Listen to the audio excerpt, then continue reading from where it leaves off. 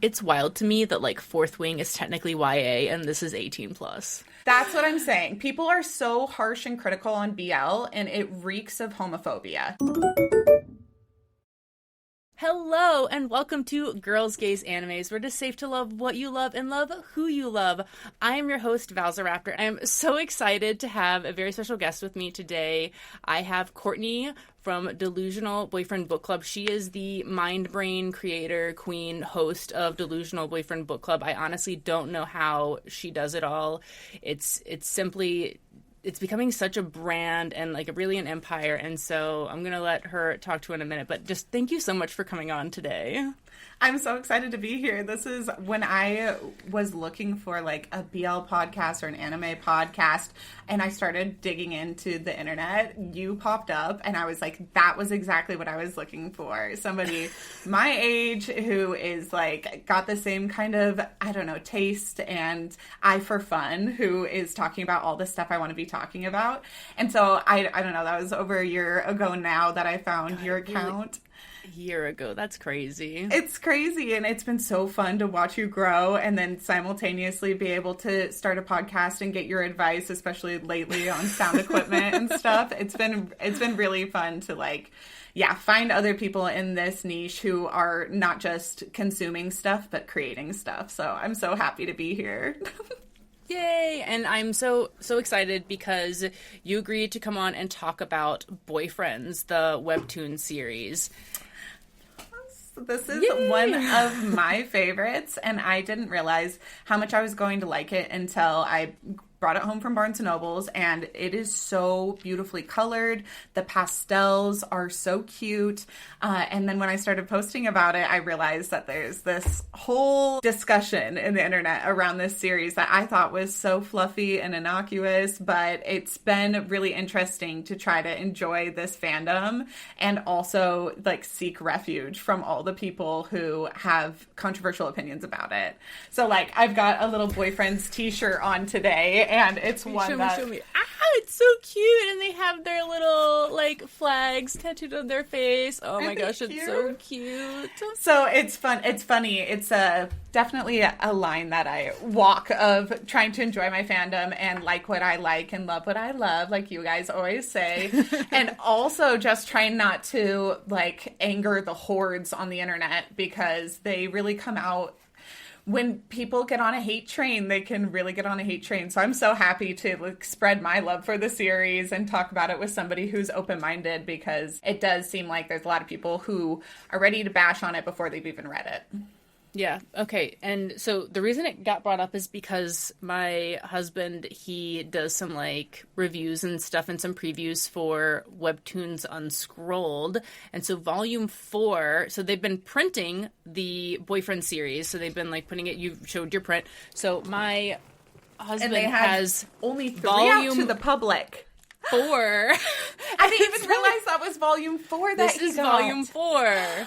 Yeah. Oh my god, it has Jock on it. So we've got all of our characters on a cover now. That is so exciting. I'm so jealous. When he opens that, you need to be sending me previews. I know.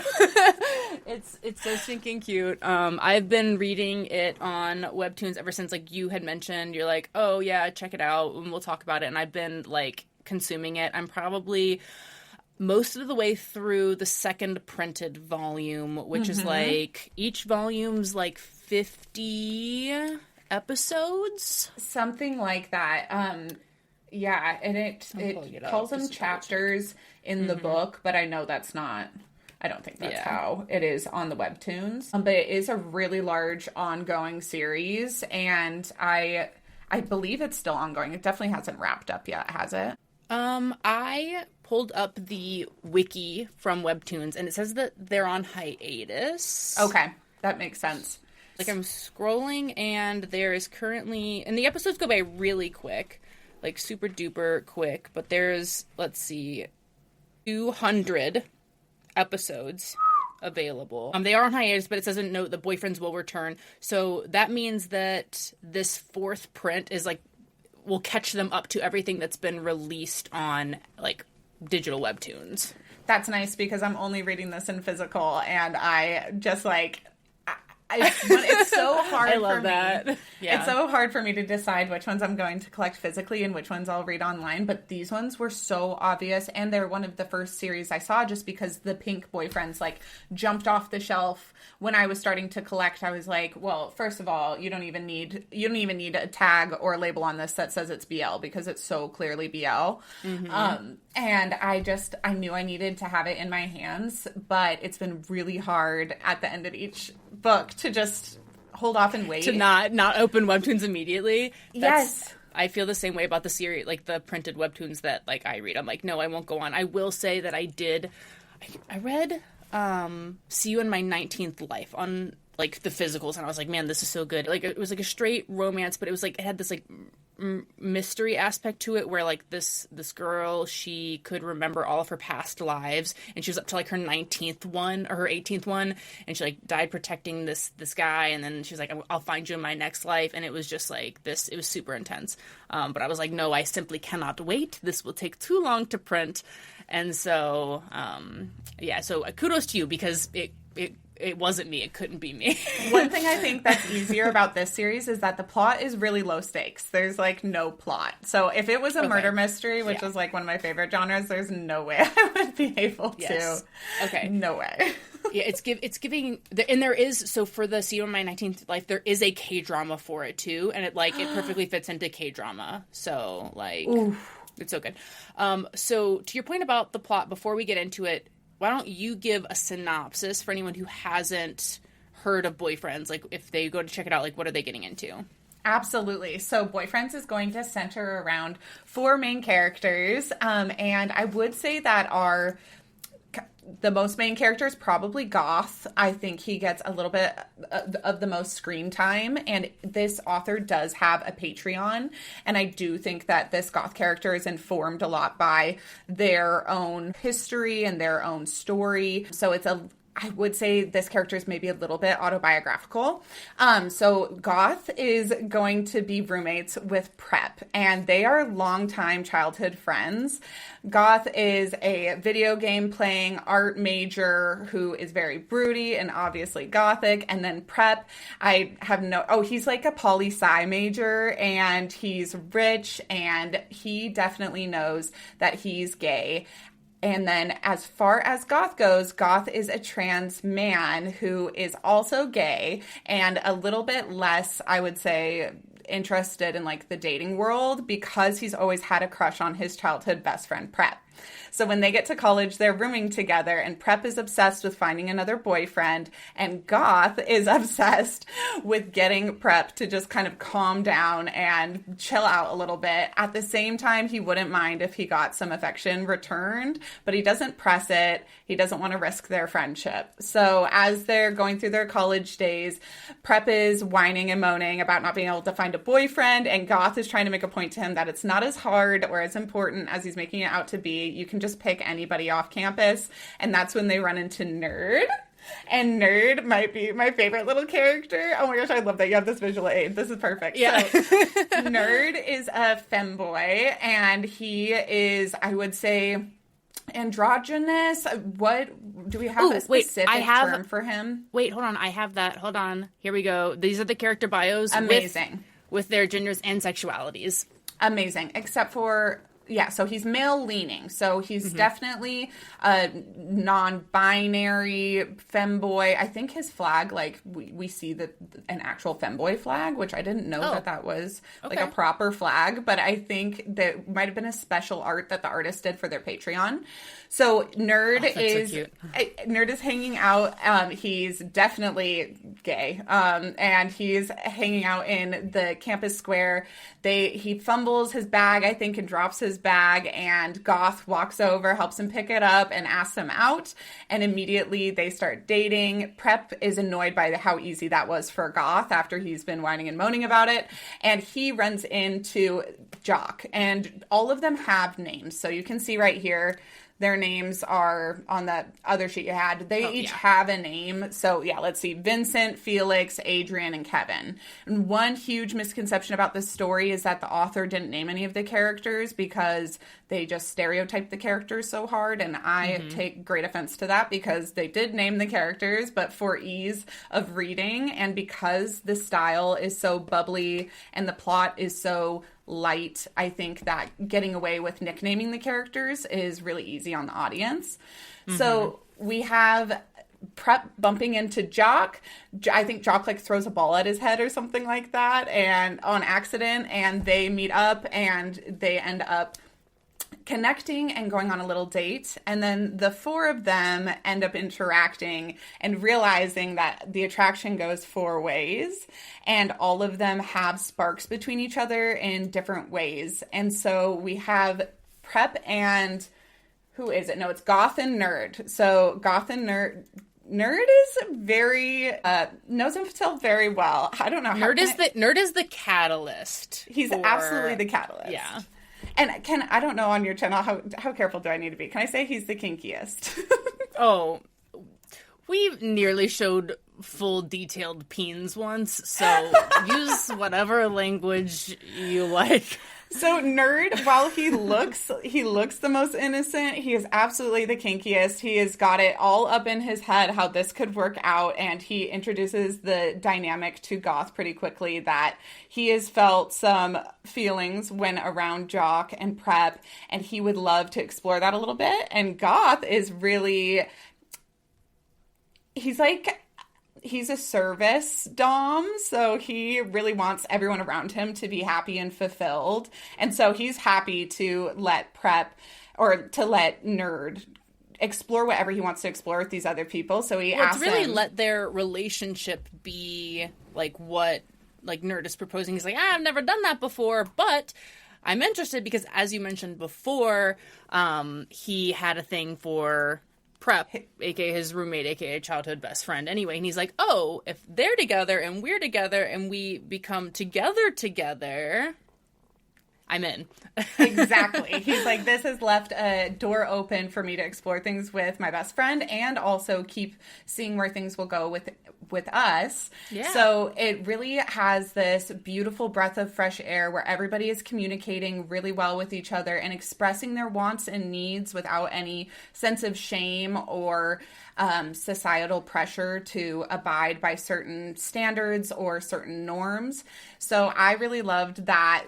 You know, once Nerd expresses this interest, Goth opens the door to trying it out, and then they end up going on a double date and proposing, testing out this dynamic with the other couple, and all four of them happen to be interested in it. And it does make you think, if people in real life were that open with their feelings, what diverse and different relationships and dynamics we would see. It's just people are so scared to be themselves or try new things or open up their heart to being vulnerable like that. And in this story, there's just none of those walls up. Everyone is really ready to explore what will make each other happy in service of each other and in service of their own wants and desires. It's so beautiful. I think what was so cool is that, like, the way that they handled, like, this becoming, like, a polycule, I believe, is, like, they were very clear and upfront in the beginning about the expectations, communications, and there's a huge misunderstanding by people who aren't familiar with it that, like, if you're, like, polyamorous, then you can just date whoever you want. That's simply not the case. And they address that, too. They're like, hey, like, I only like you guys, like us together, this is who I like, I have feelings for. I would be upset if, you know, you were to go out with or be with someone else. Like, and so they draw the line, like, they're very open, like I said, with communication. They set boundaries, they follow those boundaries, they support each other, like, equally. Like, they get like jealous of each other in some ways, but, like, it's like a cute jealous, and then they all end up, like, cuddling together and stuff. Like, it's so wholesome. And, like, I know you had mentioned earlier too, where it's like, oh, the pacing is slow. Based on the wiki, it's because it's a slice of life. Yeah, like, it's not technically like this, like, deep story. People are like, oh, well, it just kind of goes on and never does anything. Well, yeah, it's a slice of life. Yeah, like, it's literally not a drama. that's how any slice of life is. It's absolutely not a drama. There's really no drama happening between them. They have like little like tests they have to study for that, you know, they have anxieties about, but there's nothing really progressing the plot along other than them discovering themselves and finding love with each other. And that's a total slice of life romance. They're, like you said, they're closed polycule. They're closed quad, I think is what it's called. And I don't know if they state that directly in the book or if it's something that the artist has talked about on Patreon, but they like give it a name. It's a closed quad, I think. And they're not looking for anybody else. So it's not like we're spending these volumes going out onto campus looking for other people to like have an orgy with. Like there's no drama like that. Honestly, there's no smut in any of these books. It is devoid of much. You see like forehead kisses. You don't even see like full mouth smooches. I think it's just like cheek and like forehead kisses, and then everything else is like hidden behind something. It's super friendly. It's an all ages story. They've got an 18 plus on the back here, but I don't know why, because their only way you can see anything that's close to inappropriate is through the Patreon, and the Patreon releases like one not safe for work art every couple months. It's not heavy. I think she might only have 4 or 5 chapters on there that are not safe for work, and that's within 200 chapters. So a huge argument online is that this is sexualizing and fetishizing polyamorous people, which I just have a huge problem with. First of all, polyamorous people are not like a marginalized group. It's just a way of life. It's a lifestyle. And I do not find that any of them are being fetishized or sexualized. They are cute little chibi drawings. And like I said, if you wanted to see, look, there's one kiss. Like that's as cutesy as it gets. It doesn't get raunchy at all in these. Oh, I'm wondering if it's volumes. 18 plus because of like the implied drug use. Oh yeah, because Goth is a pothead and he smokes cigarettes too, and that's probably definitely what it is. And other than that, there's nothing going on here that is like really adult coded other than dating. Like it's implied that they all date and they go on dates. That's the whole I don't know, lifeblood of this story is them going to the fair and them going to the diner and them going to meet each other's parents. It's wild to me that like Fourth Wing is technically YA and this is 18 plus. That's what I'm saying. People are so harsh and critical on BL, and it reeks of homophobia. If you are going to allow for romance between two straight people at 18, 19, 20 years old, and then not allow for it between two men who are in college who are 18, 19, 20 years old, if you're going to say that it's fetishizing these characters because they're both men, what you're really trying to do is bury the story and allow for the mainstream heteronormative stories to continue to take the front burner for everybody in their minds. And I just really disagree with that. And I'm so glad that you bring that up, because in written fiction, maybe it's because there's no pictures right there in front of anybody, but there's way raunchier stuff that people get away with. I mean, I would argue Twilight is totally based in purity culture and all they're ever thinking about is banging. So I don't understand how something like this can be so misconstrued and misunderstood. It's crazy. Have you read Fourth Wing? Not to make this a Fourth Wing conversation. I haven't read Fourth Wing yet. There's a scene where the guy, he crouches down in a chair and he props her legs up on the arms of the chair, and it's described what's happening, and that's YA. I did not know that was a YA book. I absolutely thought it was adult romantasy. So I think technically, A Court of Thorn and Roses is also technically YA. That is insane if that's true, because it truly is smut. It is smutty. Yeah. And I love ACOTAR. It helped me get back into reading novels, but it is just it's a lot of smut, and I love smut, but I just hate that people pretend like BL is fetishizing the queer community, but we aren't fetishizing the hetero community when we read their stories. And the whole thing is humans are sexual beings. We are sexualized because we're sexual beings. We wouldn't exist if we weren't. And that part of our life and that part of our story gets to be told in fiction. So limiting that to one kind of couple is insane. And I want it on the record that I'm listening to and I'm reading and consuming every type of smut. All of them. Absolutely I am. I don't discriminate. That's the whole issue here is people want Equal to... opportunity smut reader. Here. Exactly. People want to discriminate against these genres. And I'm just like, it would be so whack if people turned the other way and said that it was fetishizing and sexualizing of you to read heteronormative stuff. Like we never have that argument because it's not a valid argument. So what you're really saying is that you're uncomfortable with gay love, and that is different than people fetishizing it. So it's an interesting conversation to have, and it is crazy to me that this is the story that people have taken such issue and have such big qualms with. Wholesome. This shit is so fucking wholesome.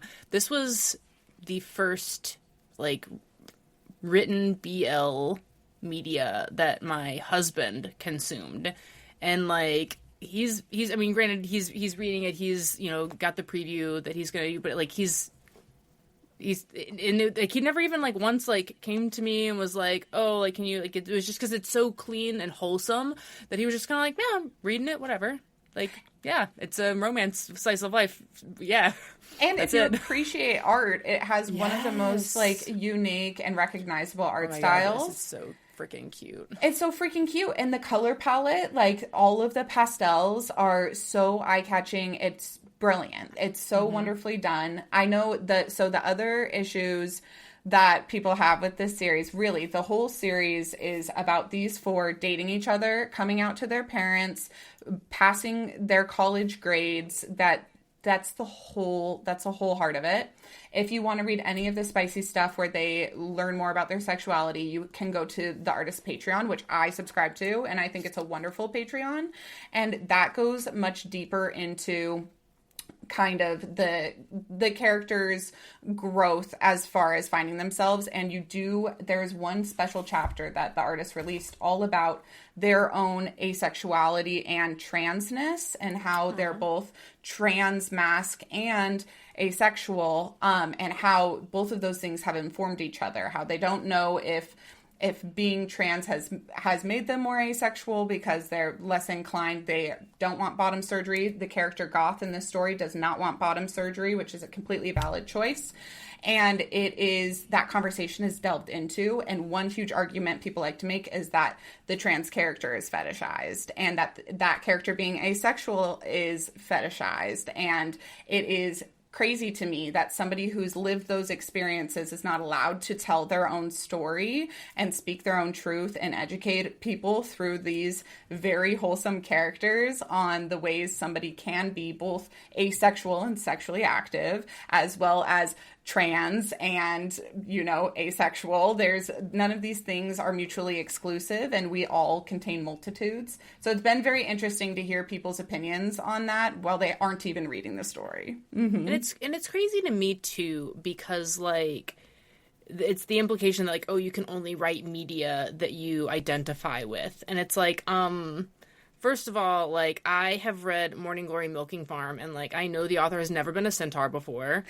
I have it on good authority that she is not.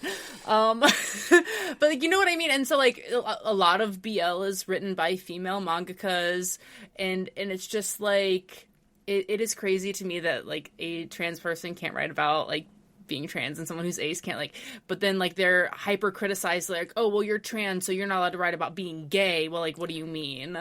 Exactly. And that is the argument people are having online, which strikes me as completely wild. And it is really it's transphobic. It's transphobic, and it is really closing off the conversation for asexual people as well. Like, yes. If you find yourself to be asexual in a world full of sexualities and a world full of sexualness, and you find yourself participating in that regardless of the fact that you are ace, and you find where you fit into that dynamic, and you want to talk about that and relay that experience, I think a lot of people could probably relate to that, and you're limiting the people who can be reached by putting these crazy boundaries up around and boxes around people's sexuality and their identities. And I think when we let people fully explore that in fiction, writing about their own stories or possible stories or thoughts they've had or identities they've explored, even if they're not the identities they've landed on,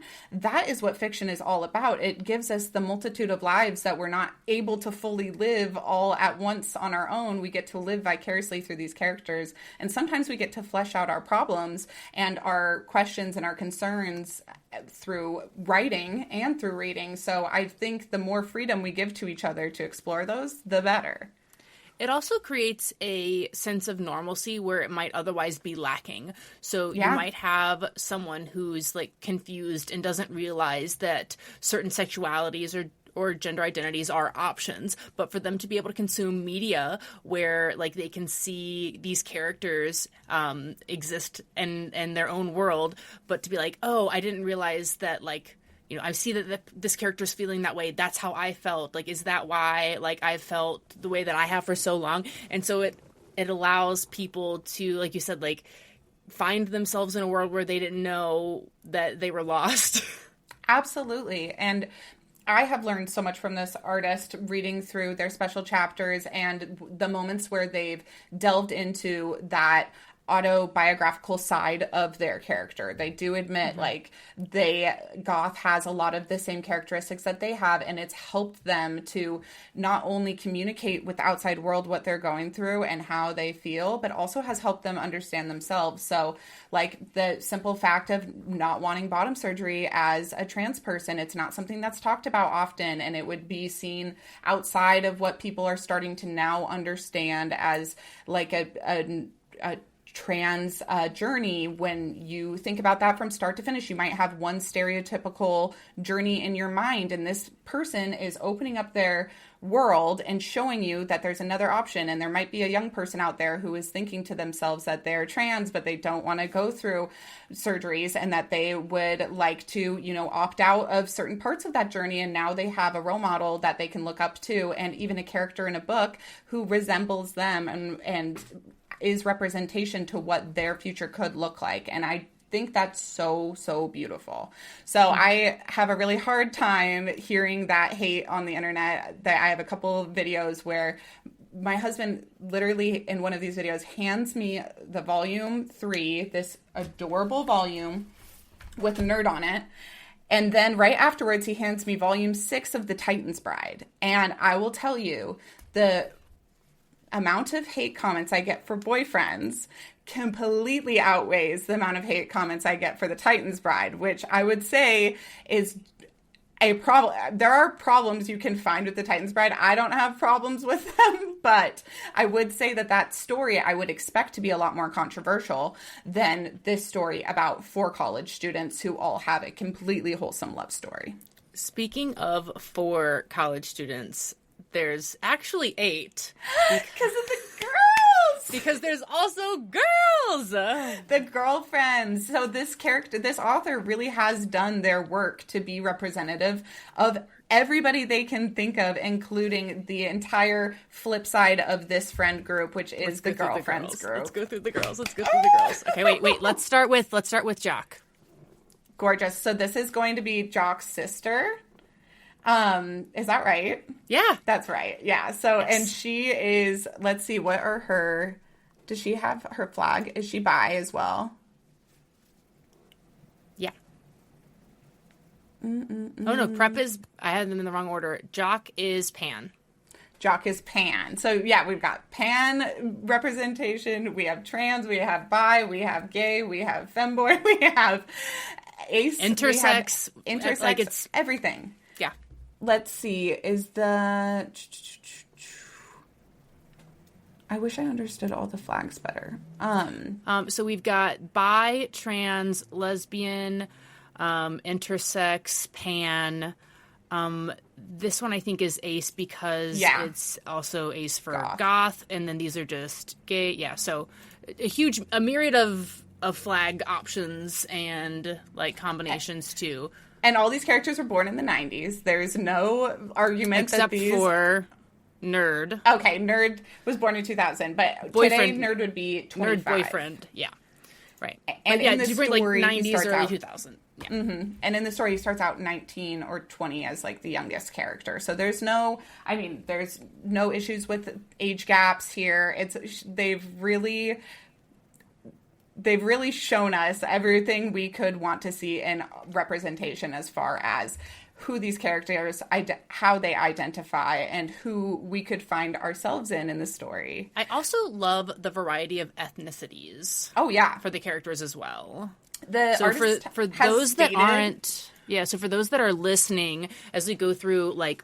for the boyfriends, Prep is Chinese Singaporean, Goth is Chinese, Nerd is Japanese, Jock is Vietnamese, and for the girlfriends, like obviously Jock is Vietnamese, as you know, girlfriend Jock is boyfriend Jock's sister. Nerd is Filipino, Goth is Indonesian, and Prep is Korean. And then the author has stated, because they've been asked if this is set in a certain country, and he said, no, it's set on Mars. So it's really fun. It's really fun because we have all of this diversity, and it's set on a college campus, which should already be a very diverse place. So we've really opened up the door to everything is possible, and there is no norm here. We're able to explore every avenue and see ourselves in all these different characters.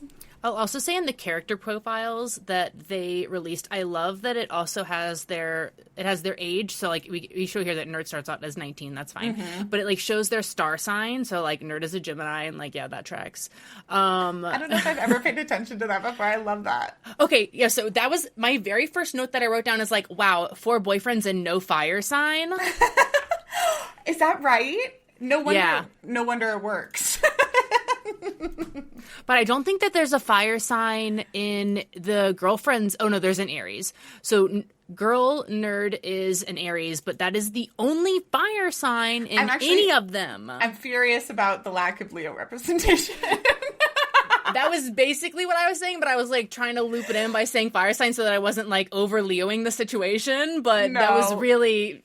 we can be biased, and we're biased right here with there should be a Leo. There should be a Leo. But none of them do act like Leos. I mean, Prep, no, he's not a Leo, but he does have the dramatics of one.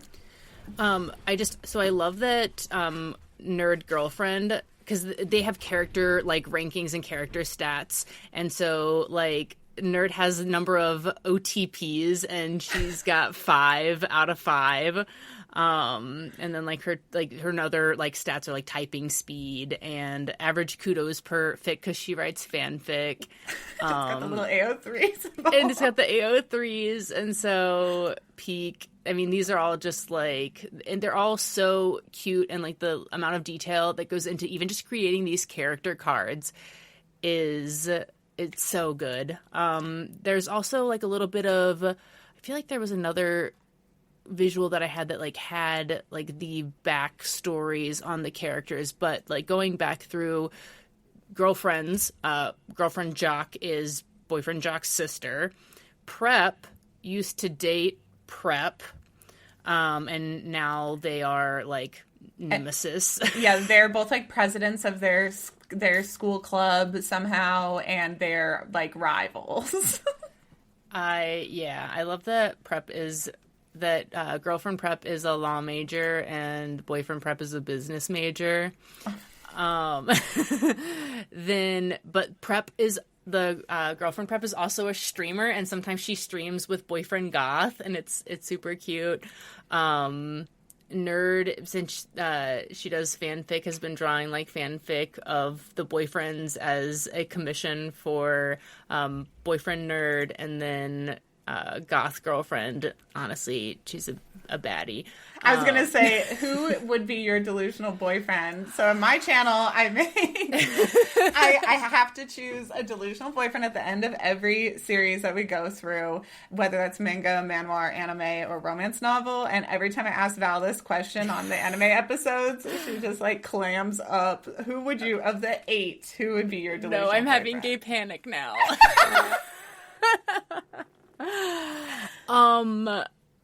So I'm gonna be honest. I think it is girlfriend prep. Girlfriend prep. Mine would be girlfriend goth.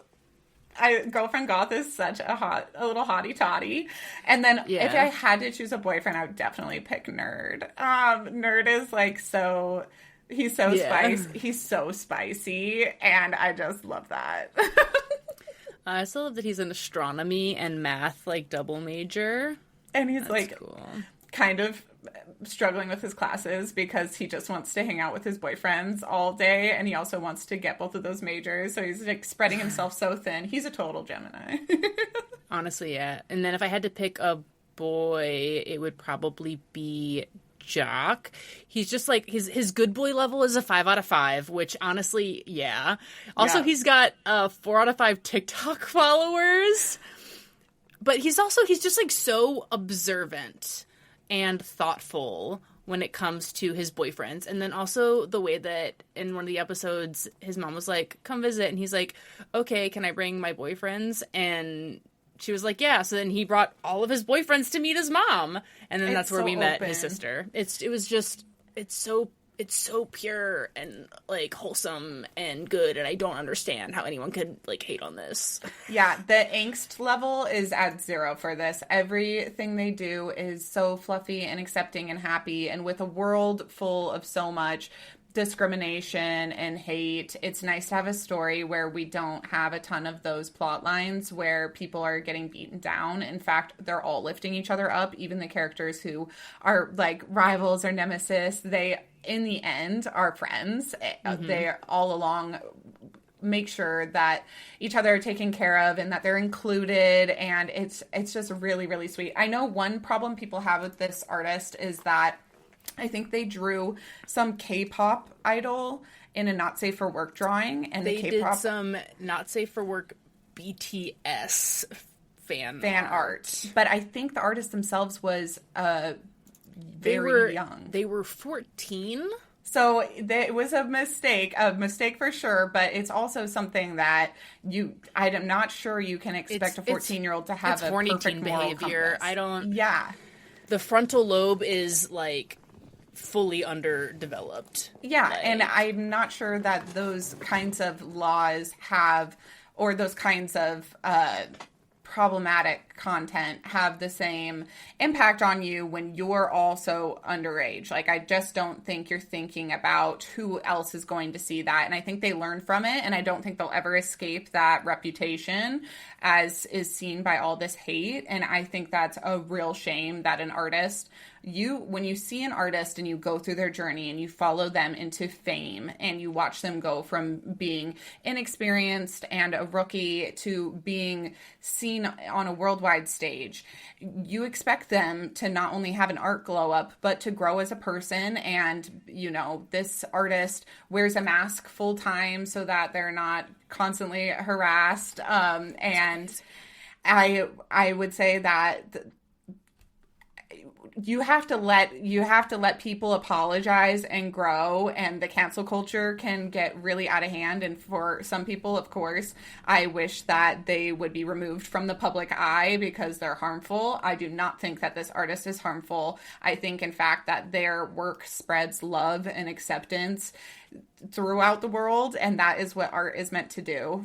I mean, so they're getting like crucified for something they did as a young teen. Again, no prefrontal cortex, which is, for those anatomy nerds out there, humor me, I think I'm getting this right. The prefrontal, like, front part of the brain is basically the part of the brain that processes, like, risks and understands the risk, punishment, risk, reward. Like, basically, you can present a teenager with if you will do this, this bad thing will happen to you. They'll go, what?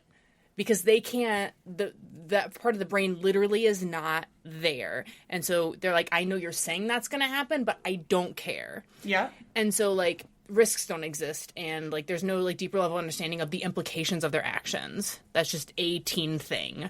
Yeah. And anatomically speaking, like... And so, like, I've got beef with that, but especially when you consider that they're also being accused of, like...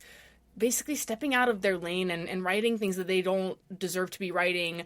But it's like they're doing so much for a community when they're, like, I don't want to say their competition because it's a totally different story, but, like, if you think of things like J.K. Rowling being out there and being, like, openly transphobic, yes, and, like, all of this the other problematic things that J.K. is, but, like, she's still allowed to have major theme park contracts and, like, all this other stuff when she's been extremely detrimental to so many different communities. And everything she's said that was controversial, which I'll just call hateful, every hateful thing she said as a full-grown middle-aged adult. Mm-hmm. It was not a mistake she made as a teenager. And she said it with her whole heart. Her whole chest. And if I mean, as a teenager, I was awful. I was a gremlin, and I'm so glad that I was not also trying to be a public artist and trying to share my music or my drawings with the world. At the same time, they're looking at the crap that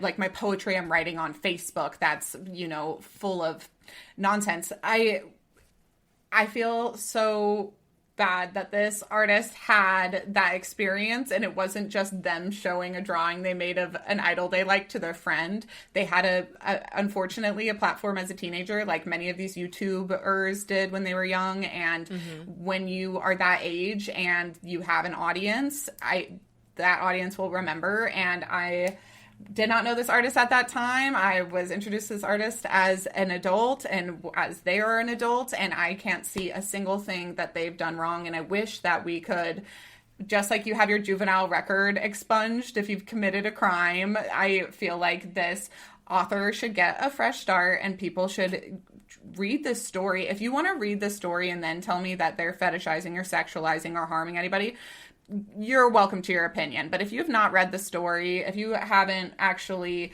invested your time in this person's artwork, don't just jump on the bandwagon of what other people are saying to hate on it, because I do think it's perpetuating just trans hate. I think that's what it is. Yeah. And to say that a trans man is not a part of the gay community is absolutely offensive. And so for this artist to be trans, to be gay, to be ace, and to talk about all of that openly, they're as big a part of the queer community as anybody. There's no hierarchy here. It's all one big rainbow flag, and everyone fits under it. And once you start gatekeeping that, you're the problem. So I hope people can see that and take a step back and let this person live. And then if they give their art a chance, maybe they'll also find something they really enjoy about it.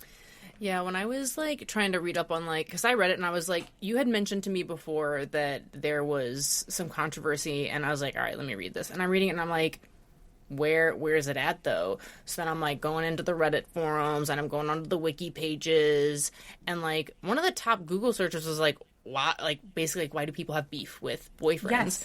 But one Reddit feed that I found, this is from, like, 3 years ago, someone's like, once again, a trans person who creates content centered around positive messaging, and in their case, it's decent communication and proper consent, in a style that's not everyone's cup of tea, gains moderate success, is soon vilified to hell and back over relatively minor transgressions from years ago, piled on by other queer people making bad faith criticisms about how they're, quote, doing queer wrong, and transphobes and homophobes are worming their way into discussions to express their ironic and sometimes straightforward homophobia and transphobia, along with accusations of fetishization.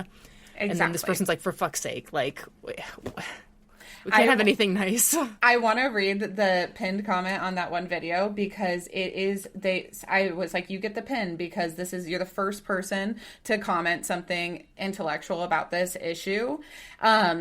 It was let's see here. The people hating on boyfriends in the comments jumped on a racist, transphobic bandwagon that they don't even understand. The amount of vile hate and transphobia the author has received for writing a cute story with character archetypes, not stereotypes, archetypes, learn the difference, about his own experiences is astounding. Mm-hmm. You get the pin. And then the rest of the comments are just filled with awful, awful, awful accusations. And then one thing, when people will admit that they haven't read the story and that what the artist has done is not actually cancelable, they'll just go, well, the story's cringe. It's cringe. It kind of is, but I like it. So who the fuck cares? To be cringe is to be free, and cringe is not a crime. And I will give this to the haters. Did you watch the animated Boyfriends? There's an animated? Unfortunately, there is 3 1 minute long, a promo. I don't know, maybe you call that OVA, I'm not sure what you would call it, but let me tell you the chalky milk of it all. When one of the characters says the phrase, "Do you want some chalky milk?" It did want me. I almost threw myself into traffic. I almost did. And I get it. If you watched that and that's your perception of boyfriends, it is cringe. It is rightfully cringe. I'm cringe because I also sometimes just want a chalky milk, though. A chalky milk. Sometimes you just do be wanting a chalky milk, though, and I can't hold that against them. I can't hold that against them. I so badly need you to watch these because it is maybe the only valid criticism is that these are rough. I think it's called, what does she call, or he call it mochi mochi, something like that. And they had just sent out an email through the Patreon saying that they were back up. So I don't know if they had taken them down or what, but people were absolutely offended by the voice acting and by the scene that they chose to animate because it's so dorky. But the thing about this whole niche is don't be afraid to like what you like. And these characters are not afraid to be themselves. They're nerdy, they're jockey, they're preppy, they're goth, they're emo, they're all of those things unapologetically. And if we could all just be those things on our own unapologetically, if we could be a little cringe, life would be better. Okay, was it a fan animation or nope, was it it's official? Let me see. Boyfriends, mochi, what's that what it is called? Animated. Refrainbow. Okay, because I found some fan animations that were actually really fucking cute, and they're just animations of 1 or 2 episodes at once. Ooh, is this playing noise on your end? Hold on.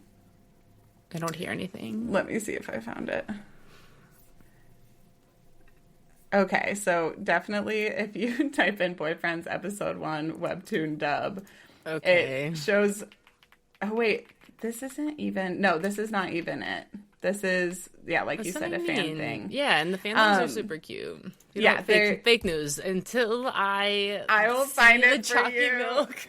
I'll find it for you because it very well might be something you can only find on the Patreon now. I wonder if they took it down and made it Patreon only. But it was hard to watch, and that's as a fan. I hated the voice that they chose for one of the characters. It's for prep or for nerd, whichever. It was one of them, and it was a very annoying voice that we decided to go with. And I hate to critique a voice actor, but some voices are grating, and it was grating. I'm gonna be honest. But that happens with anything. It's unfortunate that it happens in the setting where it's a smaller platform, but Oshinoko, the season 1 dub was horrendous. And, to the point where my husband was like, do we have to watch it in English?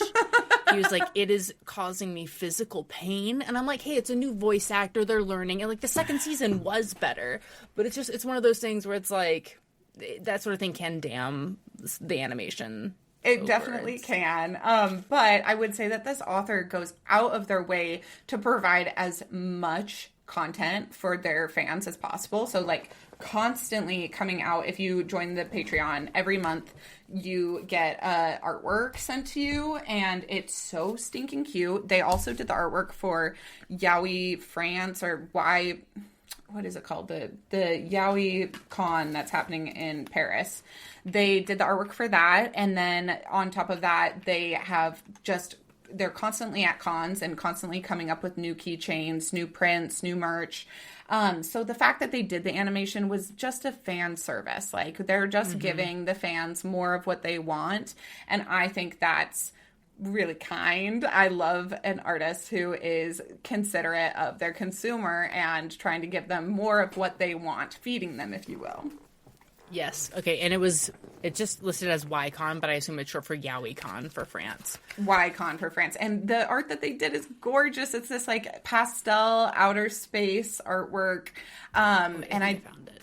I think that, discrediting an artist for the rest of their life for these extremely small discrepancies from earlier on in their career is rough. How cute is that?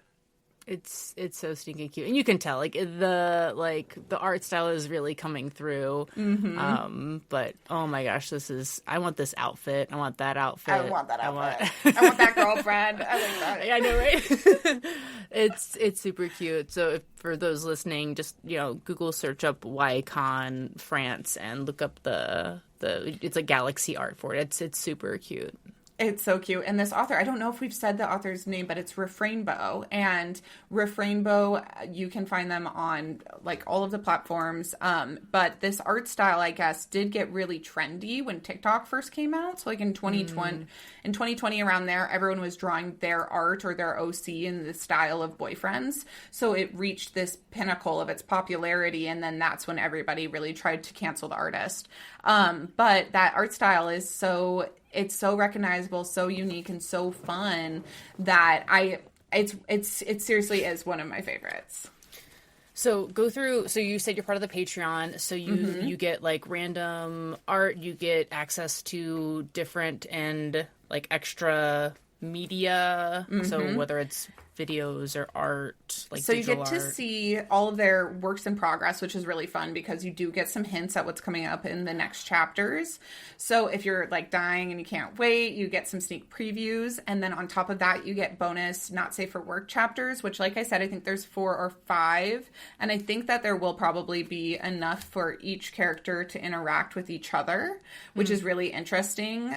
For example, you get to see Goth is a service dom who is super into BDSM, but is only ever on the dom side, never receiving, and doesn't take... They're an ace person. They're not taking like sexual gratification from that role, but they do like to serve in that role for their partner and be a part of their partner's intimate life, regardless of the fact that they themselves don't find sex to be extremely rewarding. They do find doming to be rewarding in this power dynamic sense. It's very interesting, and it's really fun to watch it play out. And I'm trying to think of the spicy chapters, but like you get to see Jock Bottom, and it's like it flips a lot of your expectations on their heads. It's really worthwhile if you're, I hope the people listening to this are adults, but if you're an adult and you want to see the adult content, I would definitely suggest that you subscribe to the Patreon. Even if you want to read everything and not subscribe the next month, that's fine. But if you do subscribe the next month, you always get sent a monthly artwork, and I've been sent stickers as well. But I have like these ones I just pulled off my shelf. Oh my gosh, they're so stinking cute. They're so stinking cute. And then all of these, after a few months, they'll get released onto like the normal Webtoon store, I think. And then also the artist brings them to the artist alleys at the cons that they go to. I'm so look up what cons they're going to be at. They're just so stinking cute. I see on their Instagram that they're headed to a con like this week. What, so they're what was the mangaka's active. name again? Or the comic artist? Refrainbow. Like this one I have. This one was a Challengers themed one. So it was like... Isn't that so cute? With Oh my god, they're so cute. With prep. with the two boys and girl prep. Oh my god, yes. So I really love being part of this Patreon. I find it to be super rewarding. I also think it's really fun to be getting updates from the artist on where they're going to be, what chapters they're working on, if they're working on not safe for work dynamics. I want to say that in the story, we get the plot line of girl nerd drawing the mermaid fanfic of the boyfriends. So all 4 boyfriends are like being represented in this comic of hers. And I think in the Patreon, we got extra chapters of that. That looked so cute when they were doing the preview of that. This is so cute. The merch. I mean, The Refrainbow merch, I've got it pulled up, and this boyfriend's ice cream crew neck sweatshirt is so cute. It's like Goth as the main, but then all the other little boyfriends are like playing around and on top of an ice cream cone, and it's just super Goth is so cute to me, being like a little antisocial smoker who doesn't need to go to school but gets A's anyways. Like, everything about Goth is so cute to me. And look, it's got little like sleeve art too. So freaking cute. Like, look at the little chibis on the sleeve. Freaking adorable. God. I was gonna say earlier what I want, and like I'm not on the Patreon, so but I will likely be looking it up because it's just like what you've described. It's great, and I do want to support the artist because I do think that they're doing great things. I want a girlfriend spinoff. I want the girlfriend spinoff so bad. I want it so bad. He's hinted at the fact that we will get more of the girlfriends. So I think that whether it's just side chapters or if they're going to get a full spinoff, either way, it would be so fun. And I mean, those characters have such strong personalities. They come in to help the boyfriends figure out their shtick because they've already been in a polycule for a while and they've got their stuff figured out a little bit. So I feel like it also opens the door for maybe a little bit more mature content because they're just like already settled into their dynamics with each other. I would love a spinoff of Girlfriends. Yes. Oh my gosh, this little locket I'm just like looking through the thing. I went to try to find if they were going to be at any cons, and then I got distracted by their shop because everything's so cutie. It's so cute. It's hard to look away from. Let Okay. me see. I bet I can tell you right from their Instagram. Oh, you know what? Let me check their X as well. I was gonna say while you're looking that up, I'll buy some time. So there was a term used that I had to look up, and it was morosexual, and I'd never heard of that before. And it was something that Goth was like, "Oh, I'm such a morosexual," and I was like, "I don't know what that means. I'm gonna look it up." And it says that it's coined to describe sexual attraction to someone perceived as intellectually limited or stupid, and he was referring to prep. And it fucking killed me. That's like all of us girls who love a himbo, though. Like, Yes. something about a dummy. Yes. I'm sorry. Okay, and then also, I think one of the characters, one of the girlfriends might be demisexual. So there's like truly everybody is touched on. A lot of spectrum here. I can't find which con they're at right now, but I swear to God they're at a con like today. But yeah, they're all over the place. I have 2 little unopened arts. Should we open them? Yay, let's do it. Okay, so this is not my fault. I would have opened these right away, but my husband brought in like a month's worth of mail, and I guess he just hadn't been checking the mail. My passport was in there. So My husband religiously checks the mail every single day. We're not that kind of household. We run on chaos fumes alone. So every month we get one in like one of these little cardboards. So they're always protected. They're always really well packaged. See, like this one has a sticker in it. I'm so excited. Oh my gosh. It's a holographic card too. And it's like a fantasy of, is that prep? Prep. It's prep, yeah. Is it prep or is it nerd? Oh, you're right. I can't even tell which one it is. What? It's so small bodied that you're right. It could be nerd.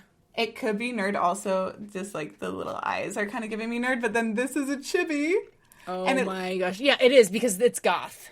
Okay, so this is like a goth fantasy villain type alternative universe. You know what it's giving? What? It's giving JVic. Do you think that's what it is? That's the vibe that I'm catching from it. Hold on. I mean, just like that alone. Do you watch Arcane? I'm saving Arcane for a rainy day because I want to do a full review on all of the gay stuff happening. Okay, because I was waiting for my girls to also watch it because I was also planning to do an Arcane episode because I'm also going to be doing at some point in the future an Arcane cosplay. I desperately want to cosplay as Vi because she is a buff lesbian baddie. And I feel like you could do a really good Vi. Thank you. And so I'm looking up. Okay, yeah, because here, let me show you this one. This is a fan art, but this is what I mean by saying, like, it's a JVic vibe. Tell me it's not. No, that's what it is. It's a JVic alt universe with the boyfriends. That's exactly what it is.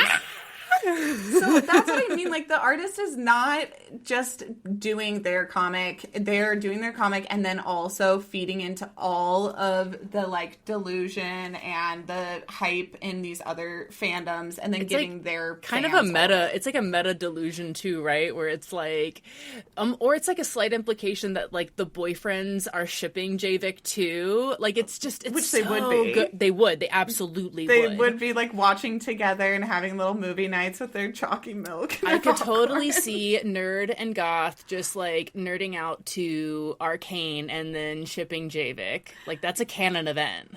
It's like literally a canon event. It's canon. It is. She made it.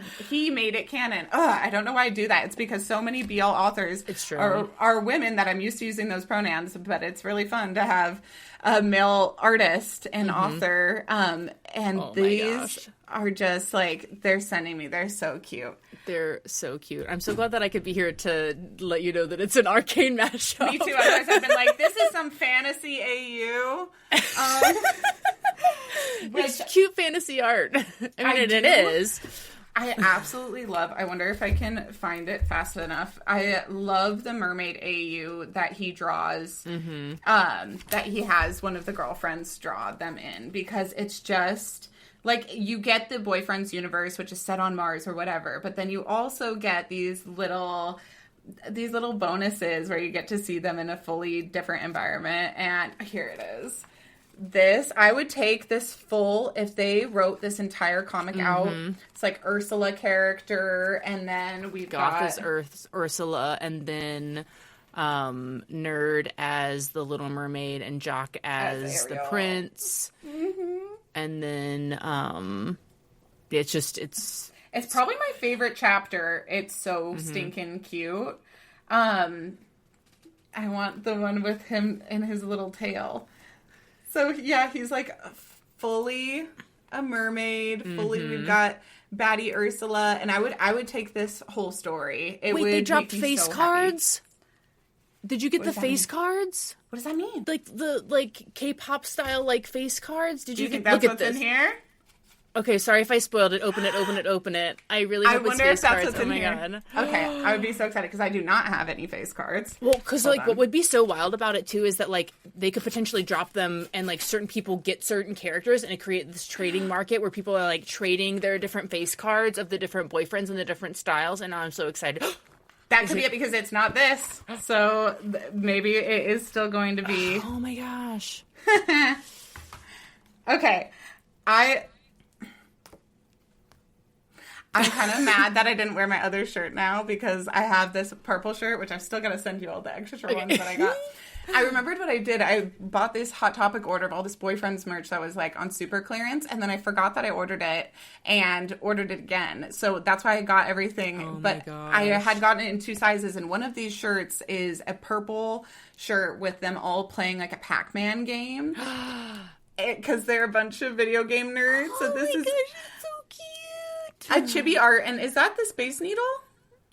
Yeah. I think it is. This must have been specific to maybe like a Seattle con. What do they have, like Sakura Con or something like that? Yeah, it probably was Sakura Con. That's my guess. Looking at holographic too, all chibis, super stinking cute. We've got Prep in a crop top. The thing I love about Nerd is that Nerd has a different hair color all of the time. He does not have one hair color, and his hair changes. Like here we've got blue-haired Nerd, then pink-haired Nerd, back to blue-haired Nerd. He does everything with his hair, and it's just absolutely stinking adorable. So now I've got these new... I want that face card. I want all 4 of those face cards now. I'm just on Blue Sky, and my gosh, I don't know where this person got them. It doesn't say. Let me check the comments. Oh no, it makes me have an account. I don't have a Blue Sky account. Also, I see that some people have the printed versions of the 18 plus comics. I assume they get them at conventions. Here, I'll show you. Maybe, or they're doing it bootleg. This is not... Look. Yeah. I need those chapters because they're good. I will say that they're very spicy. I still don't understand how anyone could be mad about it when they're behind a paywall and the rest of the 200 chapters are not spicy. I need to find those and buy those. Also, got to figure out where these face cards are because... And are they all just goth? Goth is serving. I'm sorry. It really no bad angles. Honestly, I was like, did you specifically request this one? Because I can tell. I would like the collar. Mascara. Oh my gosh. Then there was something else on here. Yeah, so this person looks like they also... Oh, this is a Boyfriend's Learn to Draw. That's super cute. Oh, then we actually have acrylics. They have a plushie. I have never. I'm like, did we see any of that even on the merch on their website? Mm-mm. So it has to either be con specific. Hello. Wait. For anyone listening, I wish I could zoom in. For anyone listening, we've been caught off guard by a Prep X nerd or Prep X goth art of them. Like, what are they in a movie theater seat? No, they're in a car seat. They're in a car. I saw this, but then I was immediately distracted by this bunny art version of Nerd. Nerd is so precious, so stinking cute. Also, Nerd's side chapter is him drawn as an incubus. Is that the boy version? I think so, yeah. Incubus or succubus, whatever. Yeah. His spicy chapter is him, like, full on with an incubus tattoo and everything. And it is chef's kiss, full, like, white lacy lingerie, I believe. It is so Nerd, though. It's exactly what you would expect from him. Oh, this is so cute. Yeah. Okay, wait. They're so cute. So, if those... Oh, that is at a con. That looks like it's right at a con. Like, it's out of booth. Yeah. Oh, my God. And look at this. And they're requiring ID to verify age to allow purchase. There's just, like, you can't... I have yet to find one thing this author is at fault for, except for maybe doing something creepy when they were kids. Look at these cosplays! That's freaking adorable. Oh, my God. Okay. So... Okay, so if anyone wants to know what we're squealing at, basically, if you just search Refrainbow and then Blue Sky, click the first link, and it's just a bunch of, like, Refrainbow posting and reposting other people's, like, posts and stuff, and so there's, like, some extra art there, too, and there's, like, a Halloween post where, it's their Jock, and, Girl Prep. So boyfriend Jock and girlfriend Prep are in, like, these cow print unitards, and it's giving milkers. Yeah. That's what I'm gonna say. There's some spillage of the milk. It's very steamy. It's very, very steamy. I love that Jock is Jock is like such a manly man. He is bisexual, but he's not afraid to lean He's into... such a softie, too, though. Mm-hmm. And he has Precious. some, like, hand-me-down clothes from his sister that are, like, a little bit more feminine, and he's just not afraid. He's so comfortable in his masculinity that he's not afraid of fitting into any of these gender norms or stereotypes, and then that's why I love so much that he is not a top like you would expect him to be in the spicy chapters. He's really just feeling out whatever feels true and authentic to himself, and I love to see him in a little girly cowgirl outfit. That was beautiful. Precious. Absolutely. Beautiful. I didn't expect to become this big of a fan of this series, especially because it's not like as explicit as 99% of the stuff that I read, but I found these characters to be super endearing, and I love following their little journey of self-acceptance and exploration. And I would say that there's a shocking lack of poly stories in BL. And in romance in general. I read Why Choose Romance, so you get a lot more poly relationships. But I really like all of that being explored. And I like the idea that there could be a world this accepting that there's multiple polycules on one campus and they're all friends together. Mm-hmm. Yeah, I was going to say, this is not the first, like, poly, like, comic, I'll say, because I read one manga. I didn't enjoy it. I didn't like the way that it was written, but like based off of there's nothing else like this as far as like the art style goes, but I was trying to think of like other like web series or manhwa or manga where it's like, oh, if you've already read this and you liked it, you should check out, or if you like read this other thing and you liked it, then you'll like Boyfriends. And I couldn't come up with anything because this one's just like so like unique. It's so unique. And I trying to rack my brain for things that gave me a similar vibe. There's 2 webtoons that I want to start that I haven't started yet that both give me similar vibes to this. Just as far as like the coloring goes, I don't know if like webtoon series themselves just start to take on a little bit of a same flavor. But there's one story that I'm really wanting to start, which is called Abyss Reflections. And this is the art. Ooh. And it gives kind of some of that similar art. I wish you could see his coloring a little better there. That's a little easier. Anyway, so I've been really excited to start that one. It feels really wholesome. And then there's another one that I feel like has some similar wholesome vibes that I've been dying to check out that the Comic Queens podcast recommends, which is called The Reaper in the Waiting. So again, a webtoon series that, I don't know, just it feels like it gives some of these same fluffy vibes. But as far as something that I have read that reminds me of Boyfriends, I don't know if it's because I am like a toxic girly who loves red flags or what, but there is so few stories that I can think of that give me this feeling. I wish I could describe it. It's like watching cartoons on a Saturday morning with a bowl of cereal. Like, it makes you feel happy, nostalgic, it's youthful, it's colorful, it just gives you this rush of serotonin just looking at the coloring in here. There's really nothing has struck me quite like this has struck me. And the fact that it's full color is really amazing. It's so funny because I read MADK? And then I transitioned from that straight to this.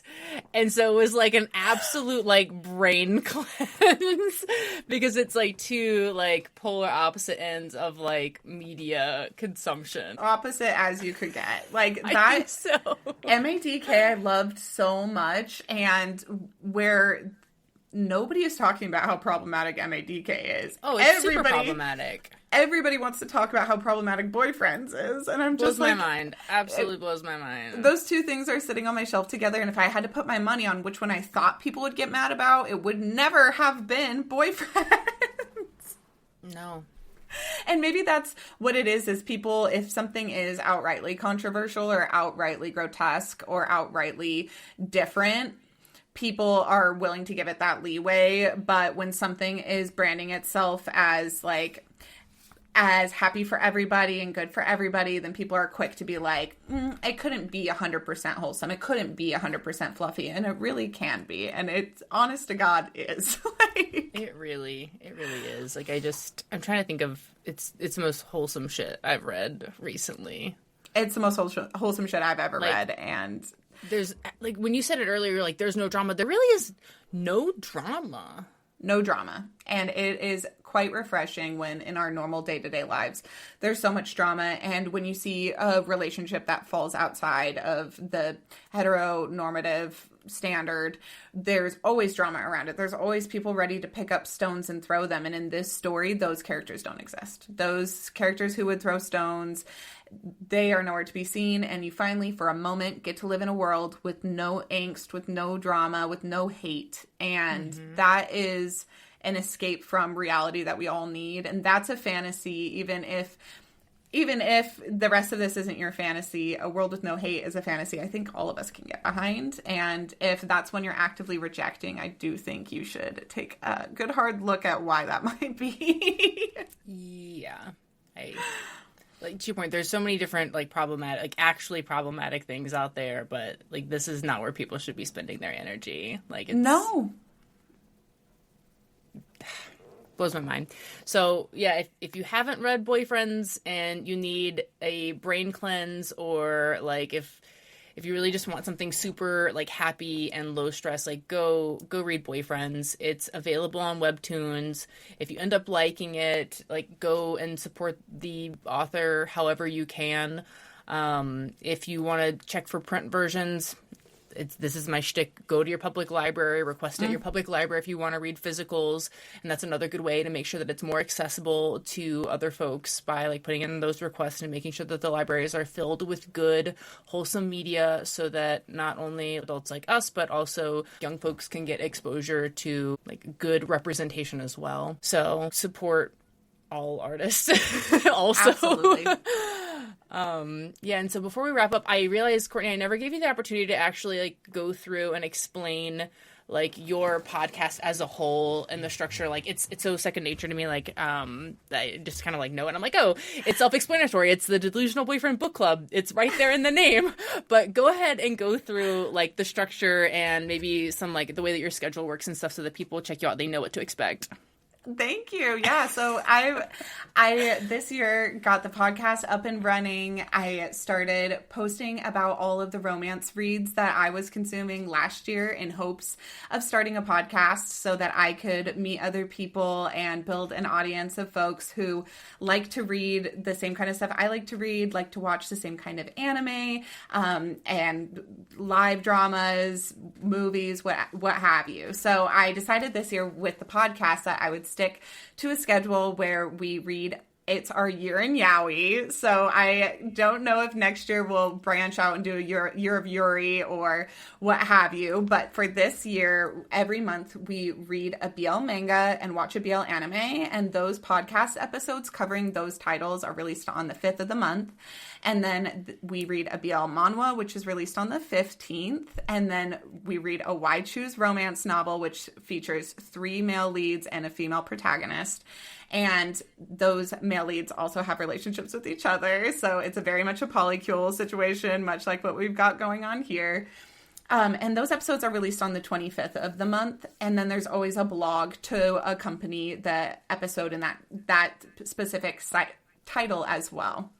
So if you're interested in any of that, joining along for BL Book Club, go check me out, Delusional Boyfriend Book Club or Delusional BF Book Club on all the socials. You can find the podcast in a video form on YouTube, and then we're super active just making memes and just kind of funny content on TikTok and Instagram, and that revolves around the book club reads, but it also goes into, like, popular reads that everyone's kind of keeping up to date with. So recently I've been making a lot of Hounds of Sisyphus content, and before that I am unfortunately in the Jinx fandom, so I make a lot of Jinx content, and I just find it to be a really fun outlet where you can yap about any of the romance reads or watches that you're currently going into at the moment. Please, if you have anything to recommend to me, please come over to the channel. Let me know what I should be checking out, what I should be talking about,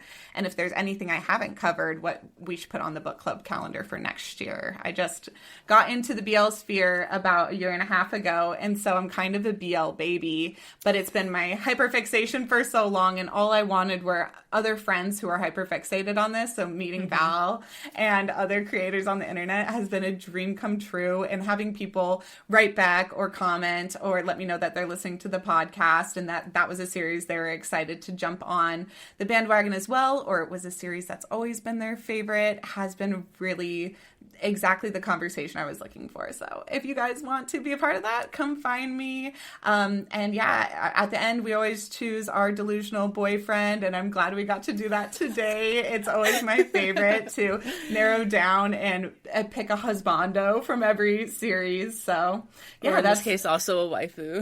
A waifu, oftentimes a waifu. I think we both chose a waifu. There's a waifu option. I'm like, wait a minute. When we just did, please come check out the podcast episodes with Val on it. She just did an episode with me for Stranger by the Shore, or the Seaside Stranger. Yeah. It's got a couple names, but we both picked a waifu for that as well. And then we did a bonus episode on I Ship My Rival and Me. So there are some bonus episodes on there as well. So if you want to join book club, there's a calendar of all those reads for the year on my website and in my highlights on Instagram. So check it out if you want to. Val has agreed to do my anime episodes with me, so you can find her guesting on all of those once a month on the 5th. So yes, please do join. Yay. It's an open space for all. First of all, I'm so excited and honored to be your regular guest this year for the anime episodes, but I also want to add that, like, the Delusional Boyfriend Book Club is so low stress because of the way that you have the episode structured. So, like, when you come into an episode, you get this, like, high-level overview with no spoilers of whatever the content was. So if you saw what the content was and you weren't quite sure about it, you can always listen in on the first couple of minutes, catch vibes, and then be like, ooh, wait, I actually do want to engage with this content. You can go read it and then pop back in and get the full synopsis and listen to Courtney yap or whoever else is on there with her yap about it, and you get to like experience it like right after you read it, or if you've listened to it for a while, you can just jump right into the episode. So make sure you check those out because, like I said, I love the structure. It's super low stress, but then also follow her on socials because the content is hilarious. And if you enjoy this stuff and if you enjoy like my content, Courtney's right up there. It's all in line. Like, I'll see something that she posts and I'll be like, I could have posted the same thing, and like, you know what I mean? I feel like we're absolutely sister accounts and sister podcasts. Like, we're right in the same vein on everything. We've got very similar tastes, so I'm really fast to recommend Girls Gays Animes to anybody who finds my work, because I'm like, oh, if this is the kind of community you're looking for, that we have a neighbor cul-de-sac right next door with a podcast and gaming playthrough and funny memeable content as well. So it's been so fun to find each other and find our audiences and find so much overlap. Yeah, absolutely. I feel like I have the ADHD version of like yours is so like organized and structured, and I'm like, I think I'm going to post about horror today. And then the next day I'll be like, okay, but horror BL, and then maybe BL, but then some GL, and then maybe horror again. And then like, oh, it's a game playthrough. And then I'll have like a guest come on and just like yap with me about like cosplaying or whatever. So I'm like all over the place. So if my content is too like crazy, also you need structure in your life, Courtney has that for you too. So we have to, on that topic, I have never read any Junji Ito, and Junji Ito's? Yes, and I know it's one of your top authors. So one of these days, let's do a crossover horror episode, either on mine as a bonus episode or on yours as a horror episode, and I'll read one or watch one of the awful adaptations you've talked about, and we can dig into it because it is super fun that we have, like, our Venn diagram is almost just a circle, but there's certain parts like the gaming playthroughs and the horror manga that I'm not as in touch with. So I would absolutely love, I know we were talking before we were on the mic about doing a gaming playthrough of what was it called? Dream Daddies, or there was some other like good like visual novel and like dating sim type of games because Courtney's not a gamer, and I'm like, I have a game for you, the non-gamer, where you need no skills but your own personality to make it through these. So I'm so excited to delve in and be introduced into those other aspects of your channel and your genre and your empire that you're building. So it will be so fun to explore those different territories with each other as our podcasts get more intertwined. Yeah, it's crazy. So like you liked MADK, and like I know there's like it's very clearly a BL with horror elements. And then like have you read The Summer Hikaru Died? I have 5 volumes collected, or 4 volumes, however many there are. I have them all collected, There's I believe. 5. And I was going to start reading like now because the anime comes out on like the 26th. Is that right? Yes.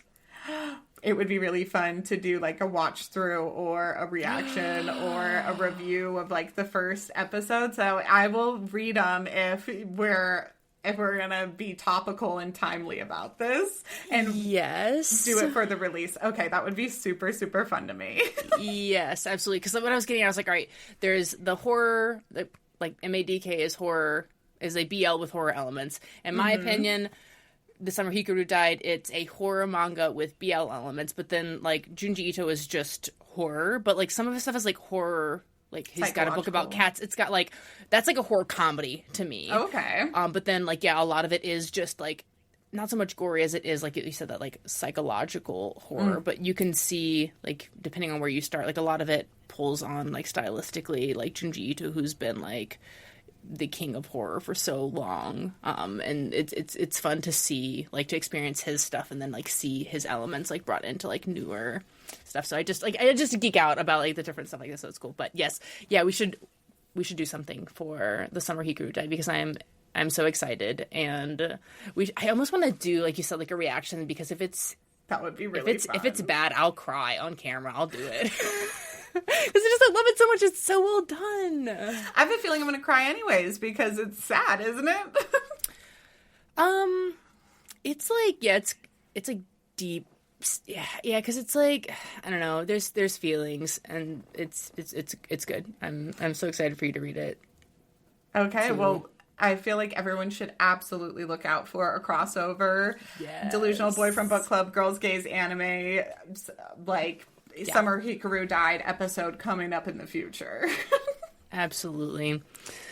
TBD on the timeline. I gotta get all that worked out, but we'll post about it for sure. But in the meantime, again, thanks for tuning into Girls Gays Animes, where it's safe to love what you love and love who you love. Don't forget to check out Courtney and the Delusional Boyfriend Book Club, and as always, support your local libraries, support artists.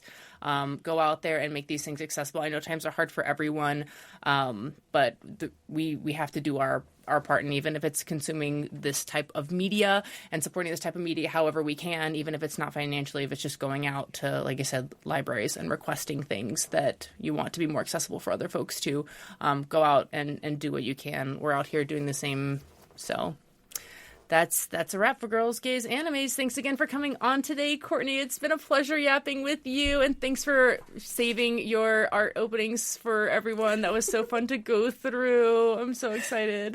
Thank you so much for having me. I had an amazing time. I always love yapping with you. It just feels like being on FaceTime with a bestie. So anytime you want to do a crossover, I'm so open to it. And thank you all for listening. And make sure, if you haven't yet, to rate, review, and subscribe over on Girls Gays Animes and Delusional Boyfriend Book Club.